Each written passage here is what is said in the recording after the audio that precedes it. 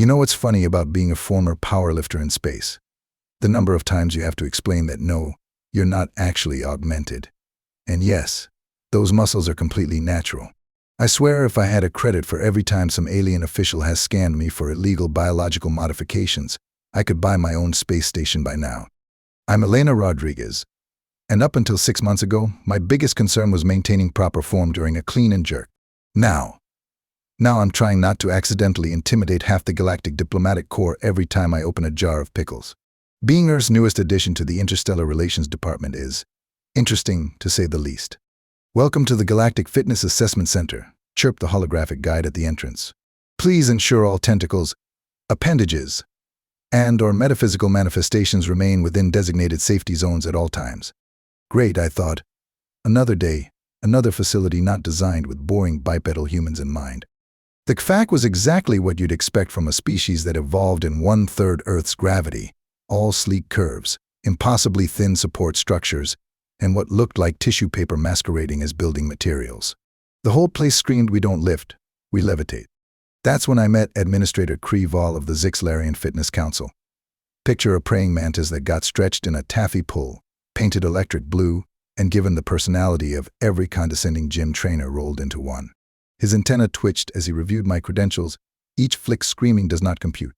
Ah yes, the human. He managed to make those 2 syllables sound like I'd tracked mud across his freshly cleaned floor. From the checks notes dramatically Deathworld, I fought the urge to roll my eyes. Here we go again with the Deathworld business. Yes, Earth has higher gravity than most inhabited planets. Yes, we evolved alongside predators. And yes, we drink bean juice every morning just to function. But the way some species talk about it, you'd think we wrestled black holes for fun. Your species' natural habitat is most unusual, Cree Vol continued, his compound eyes reflecting what I'm pretty sure was genuine concern. 9.8 meters per second squared of gravitational acceleration. Atmospheric oxygen levels above 20%. Regular exposure to dihydrogen monoxide in liquid form. I nodded helpfully. We call it water. Sometimes we even swim in it. For fun. The administrator's clipboard clattered to the floor. Somewhere in the background, I heard what might have been someone fainting.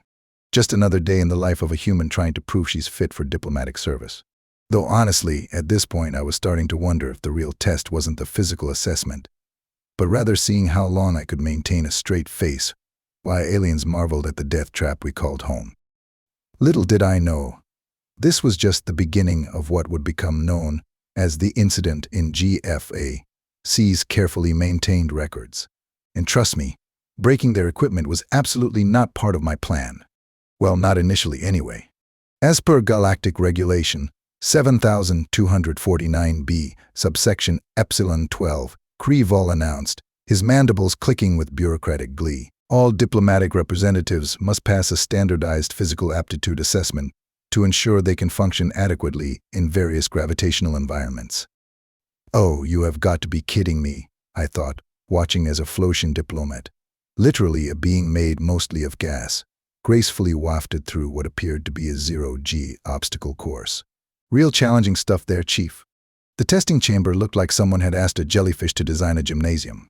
Floating holographic radouts decorated every surface, displaying what I assumed were safety warnings in at least 40 different languages. I spotted one in Standard Galactic that read, "Please refrain from excessive cellular respiration during testing procedures." Our facility, Cree Vol continued with the smugness of someone who'd never had to lift anything heavier than a datapad, is equipped with the most advanced biomechanical assessment tools in the galaxy. Simply the finest equipment credits can buy. I nodded politely while eyeing what appeared to be a resistance band made of something thinner than dental floss.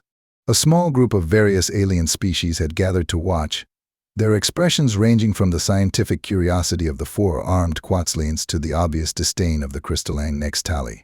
I could practically hear their thoughts. Look at the primitive Deathworlder. She probably can't even phase through solid matter. This is our primary testing arena. Cree Vol gestured to what looked like a snow globe attached to a computer. It creates a perfectly calibrated environment for assessing physical capabilities. The force field generators are rated for up to 3 times standard gravity. I bit my tongue to keep from mentioning that I used to warm up with weights heavier than that. The last thing I needed was to give the poor administrator an anxiety attack before we'd even started. Now, for your safety, Cree Vol began. Let me guess. I interrupted. Don't exceed the recommended force limits. Maintain constant communication and avoid any sudden Earth normal movements that might strain the equipment. His antenna twitched. Ah, you've done this before? Nope. Just used to reading warning labels on alien tech. I once broke a hover chair by, and I quote, sitting with excessive terrestrial force. The gathering crowd shuffled back a few steps. A Meridian observer extended their environmental shield by several inches. Kreval cleared his throat, or whatever passed for one in Zixlarian anatomy. Yes, well, we have implemented additional safety protocols specifically for beings of your nature. He pulled up a holoscreen displaying what appeared to be a novel's worth of warnings, disclaimers, and liability waivers. Beings of your nature. Right. I quickly scanned the document, trying not to laugh at warnings like please refrain from using your species' natural skeletal reinforcement to full capacity, and in case of accidental gravitational compensation, please go limp immediately. I particularly draw your attention to Section 47. Kreval pointed with one spindly appendage, regarding the proper protocol for handling equipment failure due to excessive force application. There's a whole section for that. After the incident with the human diplomatic candidate last year, the one who sneezed and broke the atmospheric regulator. We prefer not to discuss it. Kreval's color shifted slightly towards purple. Now, if you'll just sign here, and yes, all 37 places marked in red. As I signed my name for what felt like the 100th time, I couldn't help but notice the technical readouts on the testing equipment. The high-tech force field generators, the advanced biomechanical sensors, the state-of-the-art strength assessment tools, all of them seemed to have maximum ratings that I'm pretty sure I could exceed by simply getting enthusiastic about my morning coffee. But hey, who was I to judge? Maybe this would be fun. And if not, well, at least the equipment replacement forms were already queued up on Kreval's desktop. Always nice to see an administrator who plans ahead, I thought, cracking my knuckles as I stepped toward the first testing station. Though something tells me he might need a few more copies. We'll begin with something simple, Kreval announced, leading me to what looked like a child's jungle gym made of light beams. The basic strength assessment module. Most species can manage level 2 or 3. The growing crowd of spectators pressed against the safety barrier, which I noticed had been reinforced since I signed the paperwork. A Quetzalian was taking bets in the corner, their forearms busy collecting credits from various species. Just grip the force beam and exert steady pressure, Kreval instructed, his voice carrying the forced cheerfulness of someone explaining to a toddler how not to break their toys. The system will automatically calibrate to beep, beep, beep. Oh my, Kreval's antenna went rigid. You haven't started yet, have you? No, I replied, still standing a meter away from the equipment. I was just going to ask if I should remove my jacket. The machine continued its alarmed screeching. A helpful holographic message appeared. Warning, Deathworld organism detected in proximity. Recalibrating safety protocols. A Meridian observer whispered loudly to their companion. I told you they were dense enough to affect gravity fields. Their environmental shield hummed as it expanded another few inches. Right then I stepped up to the force beam, which was now pulsing an anxious shade of yellow.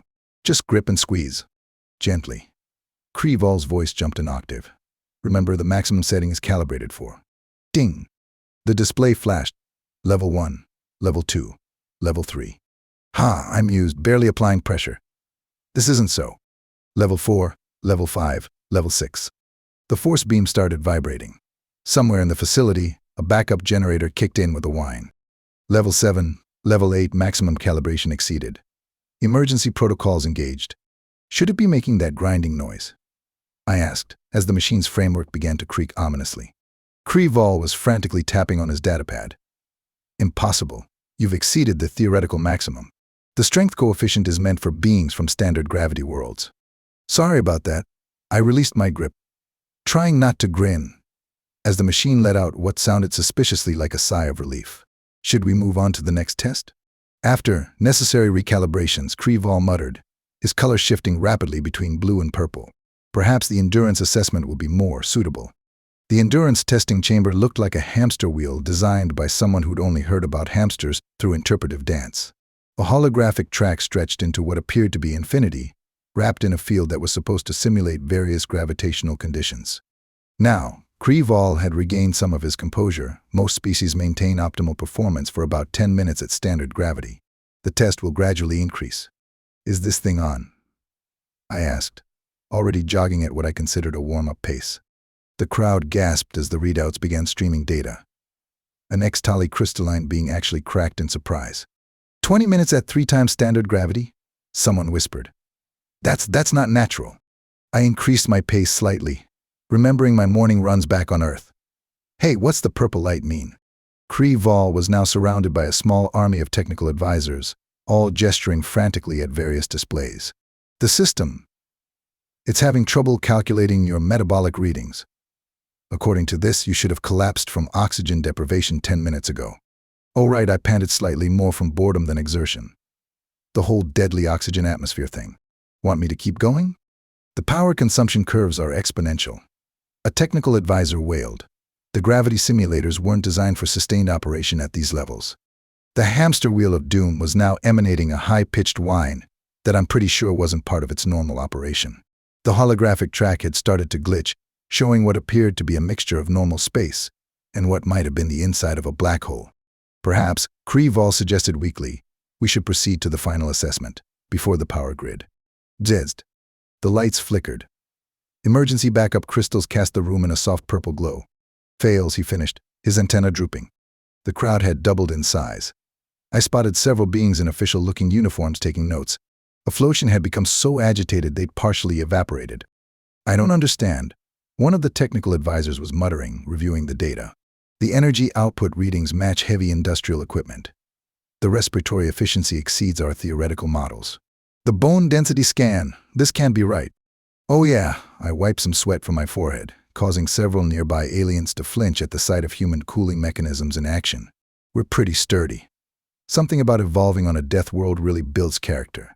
Cree Vol's clipboard had somehow acquired several stress fractures. The final test awaits, though perhaps we should review the emergency protocols one more time. The betting pool in the corner had reached a frenzy. I caught snippets of conversation. 10 credits says she exceeds the safety margins. 20 on total system failure. Is anyone else concerned about structural integrity? If they think this is impressive, I thought, eyeing what appeared to be the final testing apparatus. A complex arrangement of force fields and energy matrices that screamed expensive. Wait until they see what happens when I actually try. The machine loomed before me, its pristine surfaces gleaming with the promise of imminent mechanical distress. Poor thing had no idea what it was in for. Ready when you are. I smiled at Cree Vol, who was now surrounded by what appeared to be an emergency response team. His antenna twitched one final, desperate time. May the void have mercy on our equipment. Behold, Cree Vol announced with the forced enthusiasm of someone trying to convince themselves everything was fine. The omnidirectional resistance analysis density. ORAD is the pinnacle of galactic engineering, designed to withstand forces up to. Let me guess, I interrupted, eyeing the gleaming monstrosity before me. 3 times standard gravity. 7. He practically squeaked with pride. The containment fields are reinforced with X-Tally crystal matrices. The power core is rated for small starship operations. The structural frame itself is composed of materials harvested from the core of a dying sun. I tilted my head, studying what essentially looked like the galaxy's most over-engineered pull-up bar. Aha. And those blinking red lights are normal? Those are additional safety features, implemented after reviewing your previous test results. Cree Vol was now standing behind what appeared to be a portable shield generator. Now, if you'll just approach the primary interface slowly. Warning, Deathworld organism approaching. Initiating maximum containment protocols. The machine hummed to life, surrounding itself with layers of shimmering force fields. The crowd of spectators had evolved from a simple gathering into what was now essentially a scientific conference, complete with recording devices and at least 3 emergency trained medical teams. Begin whenever you're ready, Cree Vol called from behind his shield. Just remember the safety protocols we discussed. I grabbed the handles. The machine's AI immediately started screaming in 40 different languages. ALRT. Force exceeded expected parameters. Varning. Craft oversteiger favante parametrar. Alerta. Fuerza superada. Should I stop? I asked, barely exerting myself. No. A Quetzalian scientist called out, all forearms frantically taking notes. This is fascinating. The energy readings are crack. A thin line appeared in one of the supposedly indestructible crystal matrices. Impossible. Someone shouted. Those crystals can withstand the pressure at a gas giant's core. I adjusted my grip slightly. You know, back on Earth we have this thing called a bench press. Critical system warning. Containment field stability 80-47% and dropping. Kreval was now surrounded by a small army of technical specialists, all shouting different suggestions. Reroute power from the auxiliary cores. Increase the field harmonics. Someone call the warranty department. The machine groaned. Actually groaned. As I decided to put in maybe 40% effort. The force fields started cycling through colors I'm pretty sure weren't in the normal visible spectrum. The power consumption is off the charts. A technician wailed. She's drawing more energy than a small city. Is that a lot? I asked innocently, while warning klaxons began blaring throughout the facility. Structural integrity compromised. Recommend immediate evacuation of non-essential personnel. Perhaps Kreval suggested weakly, we should consider terminating the test. That's when I made my critical mistake. I sneezed. Have you ever seen a machine have an existential crisis? Because I swear that's what happened next. The force fields collapsed with a sound like reality hiccuping. The crystal matrices didn't just crack, they shattered into what looked like diamond confetti. The main power core made a noise that I can only describe as mechanical sobbing before ejecting itself from the housing and rolling away to hide under a console. For a moment, perfect silence filled the testing chamber. Then, catastrophic system failure. Have a nice day. The unbreakable frame crumpled like tissue paper. Emergency sprinklers activated, spraying the room with fire suppression foam that apparently reacted with human sweat to create small, lavender-scented bubbles. Somewhere in the chaos, I heard what sounded like a betting syndicate, either going bankrupt or becoming very, very wealthy. Oops, I offered, still holding the now detached handles of what used to be the most advanced testing equipment in the galaxy. Kreval stared at the wreckage, his antenna completely limp. His voice cracked, do you know how many forms I'll have to fill out for this? If it helps, I suggested we could blame it on the sneeze. Act of God or whatever the galactic equivalent is. The warranty specifically excluded Deathworlders. He was rapidly cycling through colors I didn't know his species could produce. Section 147, subsection Delta, paragraph 12, all guarantees null and void if equipment exposed to organisms from gravity wells exceeding standard parameters. The crowd had gone from scientific observation to what looked like religious awe. A Flotian was attempting to collect samples of the debris in what appeared to be a holy relic container. The next tally, who had cracked earlier, was now taking crystal meditation lessons from the shattered mattresses. Look on the bright side, I tried to console the twitching administrator. At least the building is still standing. Structural support beam integrity compromised. Please vacate premise within next 10 minutes. I stand corrected. Kreval's clipboard finally gave up the ghost, dissolving into a pile of stressed molecules. 17 years, he muttered. 17 years of perfect equipment maintenance records. Not a single Class 7 incident. And then, would it help if I filled out the incident report? I offered, still holding the handles. I'm getting pretty good at those. Did you know there's a specific form for accidental destruction of equipment due to excessive terrestrial biomass? The last functioning display screen flickered to life. Congratulations. You have exceeded all known performance parameters. Would you like to save your high score? I quit, Kreval announced to no one in particular. I'm going to become a zero-G yoga instructor. Much safer. As evacuation sirens began their mournful wail, I couldn't help but wonder if this would affect my diplomatic certification. On the plus side, I thought, watching a piece of indestructible equipment continue to dissolve into its component atoms. At least I had set some kind of record. Even if that record was most expensive equipment failure in galactic fitness assessment history. The evacuation of the Galactic Fitness Assessment Center looked less like an emergency protocol and more like a religious exodus. I stood in the safety zone outside, still absently holding the handles from the former RAD machine, watching various species process what they'd just witnessed in their own unique ways. The Flotians had formed a gaseous support group, their molecules vibrating with excited chatter about unprecedented force coefficients and remarkable biological efficiency. The next tally had collected fragments of the shattered crystal matrices and were already writing what appeared to be an academic paper titled Deathworlder Interaction with Quantum-Stabilized Materials, a Case Study in Beautiful Destruction. Final damage assessment. A harried-looking technical officer announced, reading from a rapidly scrolling holographic display. One completely destroyed omnidirectional resistance analysis device valued at void. That many credits? I asked, peering at the number. That's just the first page, they whispered, looking faint.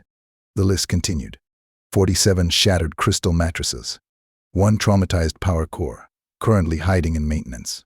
3 overloaded gravity generators. 14 fractured support beams. 1 emotionally devastated administrator. 376 violated safety protocols. 1 new section being added to the Galactic Insurance Code.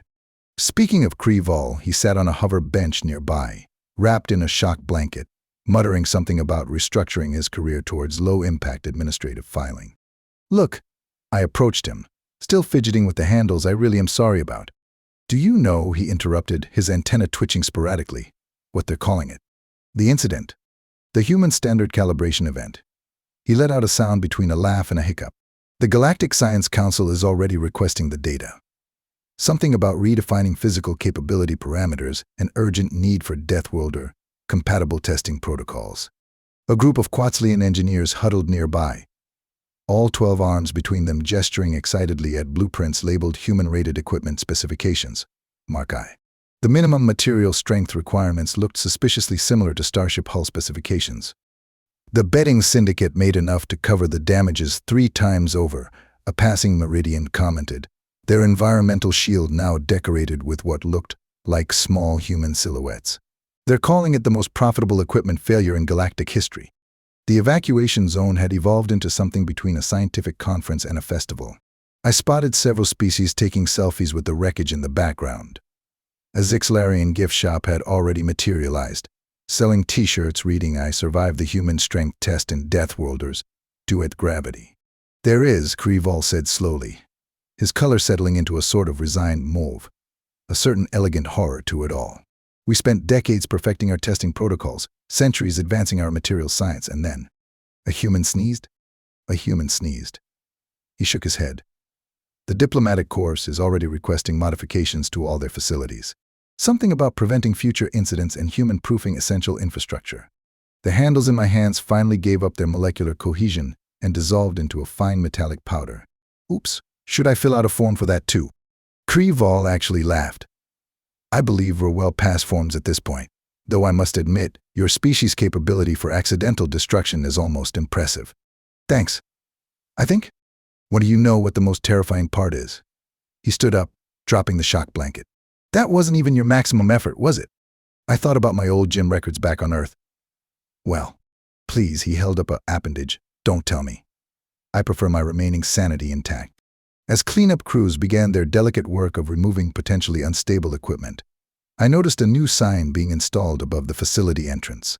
Galactic Fitness Assessment Center. Now featuring Deathworlder compatible testing wing. Under construction. Estimated completion. When we figure out how. Please check gravity requirements before entry. So, I ventured, about my diplomatic certification. Approved Kree side, pulling out a freshly requisitioned clipboard, with a special note about exceptional physical capabilities and recommended structural reinforcement for all diplomatic facilities. And the equipment will be rebuilt. Stronger. With more forms. He paused. Many more forms. Around us, the gathered species continued their various reactions of terror, awe, and scientific fascination. I couldn't help but notice that the nearest emergency exit had been renamed Deathworlder Evacuation Route. Just another day in the life of a human in space. At least this time I hadn't broken anything irreplaceable. Well, nothing they couldn't rebuild. Eventually. 3 months after the incident, now officially recorded in galactic databases as Unexpected Equipment Optimization Event Alpha H1, I found myself back at the newly renovated GFAC. The facility had undergone what the architects called aggressive structural enhancement, which was a polite way of saying we rebuilt everything to withstand a small nuclear explosion. Welcome to your new office, Specialist Rodriguez, Kree announced, his antenna notably more relaxed these days. The position of Deathworlder Relations Specialist had been created specifically after my testing session, along with an entire new division dedicated to human-compatible infrastructure development. Nice place, I observed, noting the reinforced furniture and what appeared to be battleship-grade flooring. Though I have to ask about the sign. Warning. This facility has been human-proof to level 7 specifications. Current days since last incident. 3. Previous record. 4. Ah yes, Krival consulted his new clipboard, now made from compressed neutron star matter, according to the warranty. We had a minor situation when Ambassador Chen got excited about their coffee delivery. I toured my workspace, trying not to laugh at the subtle modifications. The desk could apparently support the weight of a small moon. The chair's anti-grav generators were rated for gas giant operations. Even the coffee maker looked like it had been designed by military engineers. I had been meaning to ask, I said, picking up a stylus that could probably double as a structural support beam. Why me for this position? Krival's color shifted to what I'd learned was his equivalent of a wry smile. Who better to establish new testing protocols than the human who broke all the old ones? Besides, your incident helped us realize something important. That humans are destructive monsters who need special containment protocols. That the galaxy wasn't ready for humans, but humans were ready for the galaxy. He gestured to a wall of holographic displays showing various facility upgrades across galactic space. Your species doesn't just survive in conditions others find horrifying, you thrive in them. You don't just break our equipment, you help us build it better. That's surprisingly profound. Also, he added, you're the only one who knows how to file the 17 different types of incident reports we had to create because of you. A junior administrator scurried in, carrying what appeared to be the daily requisition forms.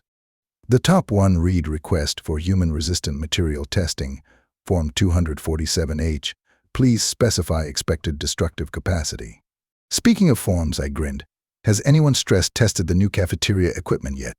Krival's antenna twitched. Please don't.